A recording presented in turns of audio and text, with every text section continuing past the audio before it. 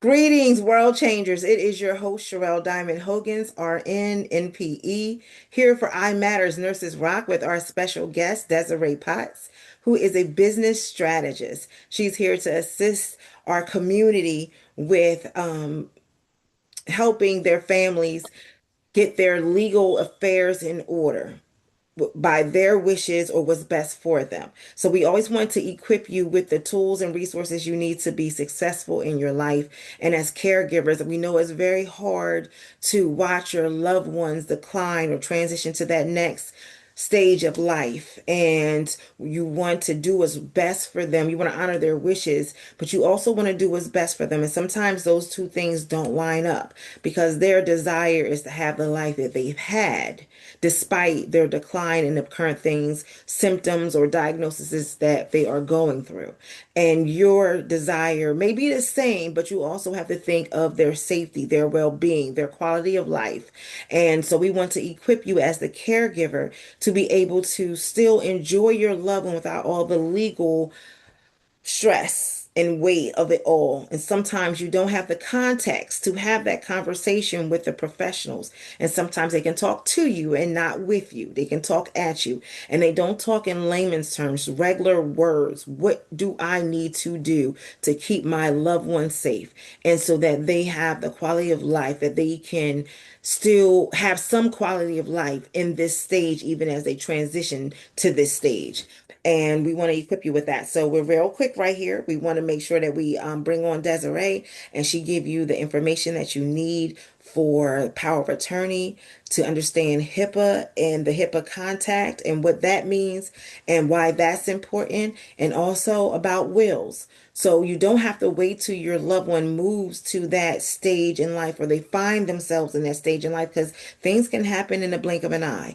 You can have a normal life or be living your normal life one day, and then something tragic happens, and you're in the moment having to do take care of things that you didn't have time to or didn't know that you needed to take care of before. So we want to give you that information to equip you to have these uncomfortable but necessary conversations with your family, all of the family members who are contributing. And then sometimes we're going to talk about this too, even the ones that are not, but may find themselves in a position of power. Sometimes the responsible one isn't the next of kin. Sometimes the responsible one, or the financial responsible, mentally stable, responsible, or just having a clear head, being responsible.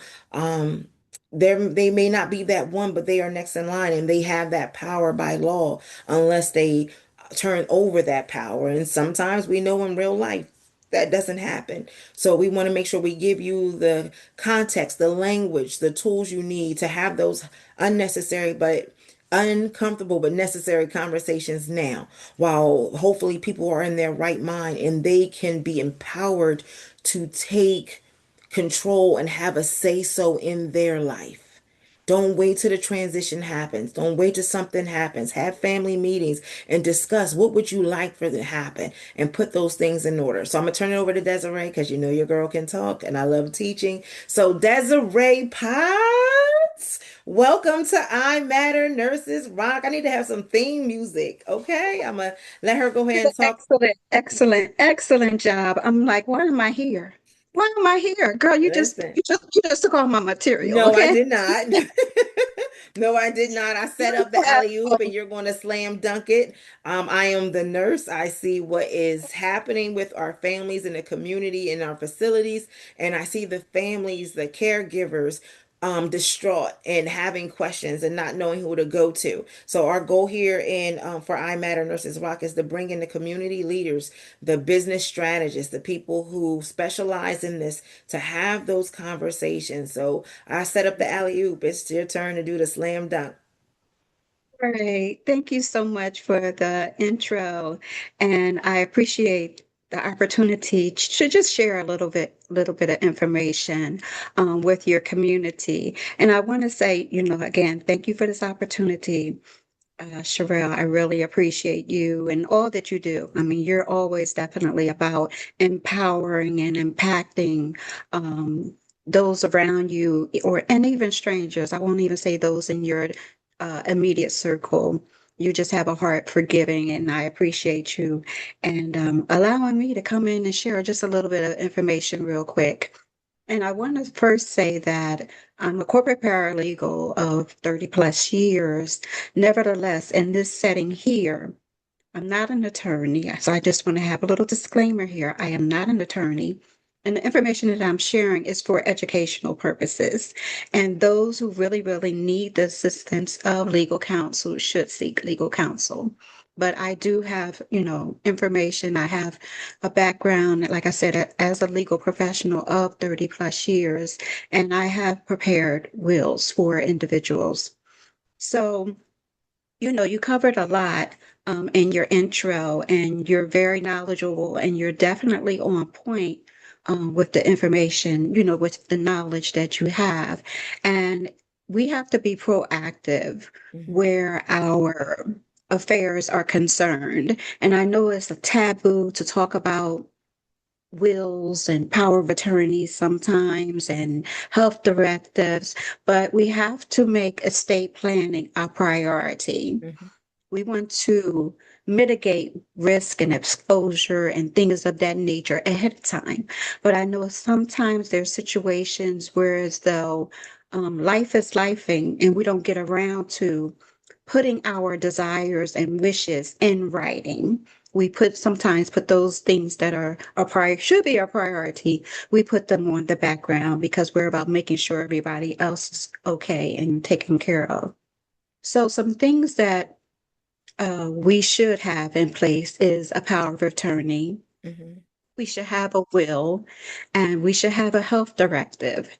And there's it's a gamut of documents that we should have in place, but at a minimum, we Hmm. should have a durable, and I'll say a durable power of attorney, not just a regular power of attorney, but we want to make sure it's durable.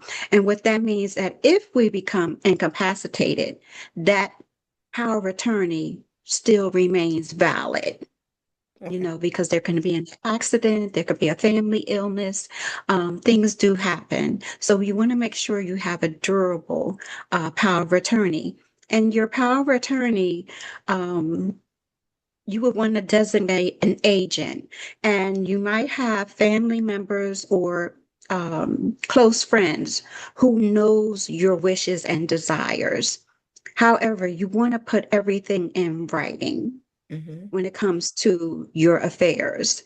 And with the power of attorney, you would have an agent. They could be a relative, they could be a friend, someone that you trust for the most part. First and foremost, it has should be someone that you really, really trust.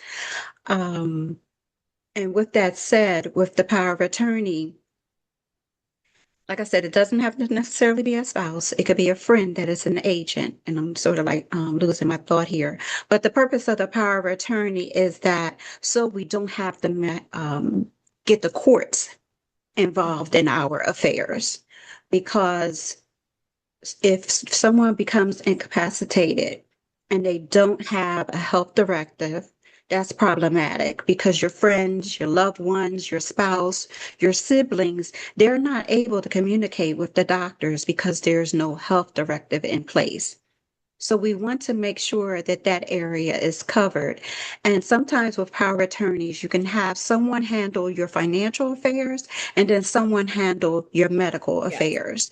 It doesn't have to be the same person.